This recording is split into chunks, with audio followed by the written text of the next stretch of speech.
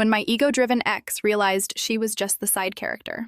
You know, you're really punching above your weight, Liam. My girlfriend Chloe didn't even look up from her phone as she said it. We were getting ready for her firm's annual gala, a night where everyone who was anyone in the city showed up.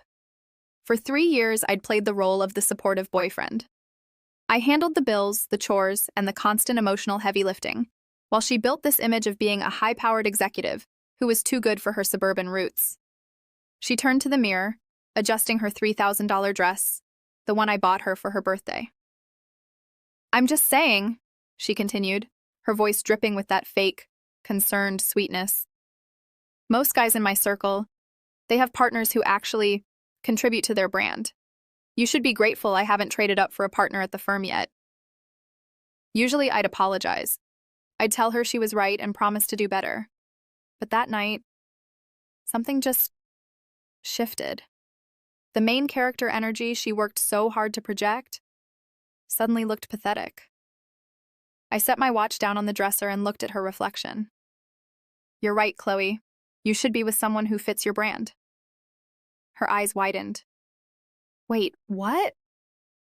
"We're done," I said, my voice completely flat.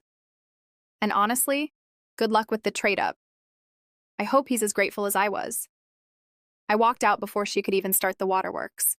Fast forward to 2 weeks later, the city's big charity auction. Chloe was there, of course, trying to rub elbows with the elite. She looked stressed. Without me behind the scenes managing her schedule and her ego, the cracks were showing.